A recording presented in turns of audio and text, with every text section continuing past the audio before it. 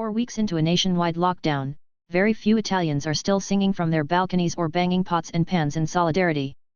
Instead, flags were lowered to half-staff this week for the nearly 15,000 coronavirus victims, including doctors, nurses and healthcare professionals who have perished since February 23.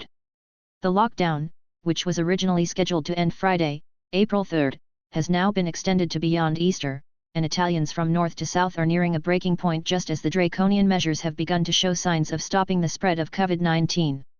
Italy's wealthy northern provinces have taken the brunt of the coronavirus outbreak, with more than 75% of overall cases and deaths north of Tuscany, in the center of the country, per the Italian Civil Protection Agency. More than 10,000 healthcare workers in the northern provinces have been infected with the virus, according to the Italian Doctors Federation, as a lack of proper protective gear made contagion inside healthcare facilities a contributor to the rampant spread. Some of the best health structures in all of Europe are in northern Italy, but they were pushed to near collapse with the sheer number of COVID-19 patients in need of urgent care. Had the initial infection cluster started in the poorer southern regions, which do not have the same strong infrastructure, no one disputes that the crisis would have been even worse. But the southern regions are struggling, too. The so-called Mezzogiorno is where organized crime syndicate hubs are based and where unemployment hovers around 20% for adults and up to 50% for those under 24 during the best of times, according to figures from the Italian National Institute of Statistics, ISTAT. Even with the outbreak in some southern communities affecting only a few thousand, the facilities are stretched and care for non-COVID patients has been severely compromised. With a huge part of the southern population working in the so-called black economy off the books, a whole segment of people lost jobs for which they cannot legally claim unemployment benefits. Those who do have legitimate employment have been given a path to ask for the suspension of some bills, but black economy workers, of whom there are an estimated 3.7 million, according to ISTAT, have no such outlet for relief. In addition to the undocumented workers, soup kitchen volunteers in Rome, Palermo, Naples, and Bari tell they are seeing petty criminals, from car thieves to cat burglars, joining sex workers queuing for food, unable to afford a daily meal. This segment of society, for which there is no public accounting, are the most desperate and the most likely to reach breaking point first. Almost every grocery store in Italy now has a cart at the front where people who can still afford groceries are encouraged to donate items for those who cannot. In apartment blocks across the country, there are continuous reports of care packages deposited in front of the doors of people who have lost their jobs by neighbors and police officers. One law enforcement official in Palermo donated his entire monthly salary, around $2,100, to buy groceries for everyone at a grocery store he was in last week, Palermo police confirmed to R. But for all the kind-hearted compassion this virus has inspired, there are at least as many troubling signs that as the pandemic subsides, the worst could be yet to come.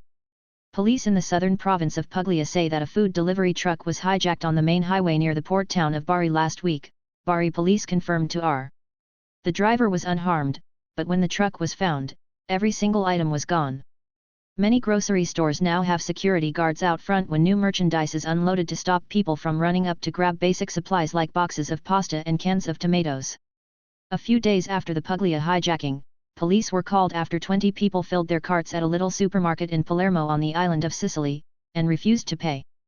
Colonel Michel Monti responded to the call and told R that while he viewed it as an isolated incident, the message was clear. If this situation continues without the help of the government, we won't be able to feed our children, he said. It was a message that they wanted to be understood. The incident ended peacefully. It wasn't violent, and the 20 people filled their carts said they didn't want to pay, so we intervened and they calmly left without the food, Monti told R. We here in Palermo also activated ourselves after this. We knew that many people, for their own dignity, wouldn't have asked for help but would need it. We know that a lot of this need was being hidden, so it was our initiative to support everyone. They have prepared care packages, left food at doorsteps and made sure high-risk people have medicine they need so they don't have to leave their homes.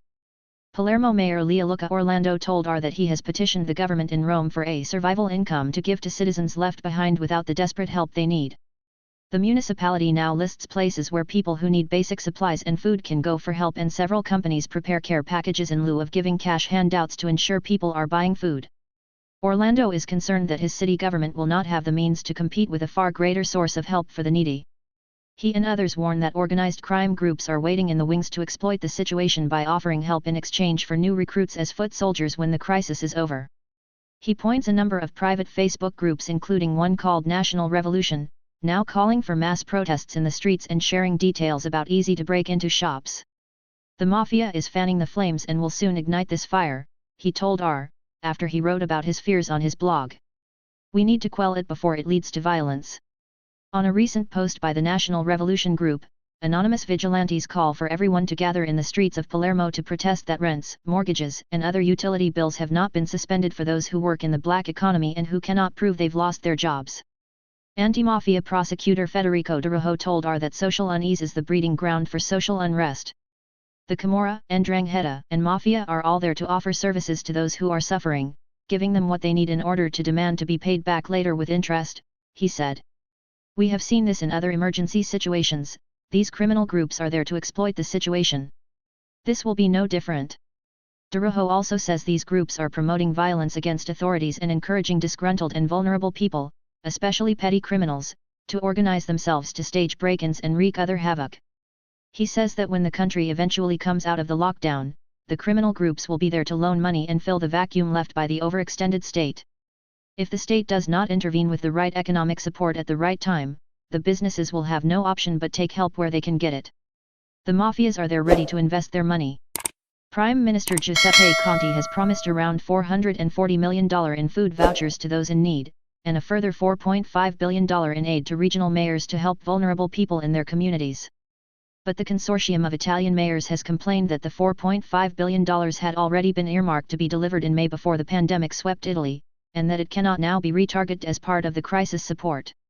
As the pressure from the pandemic calms in the north, there are still concerns that it could explode in the south if disgruntled people start defying the lockdown in greater numbers, which would add even more misery to an already miserable situation for everyone.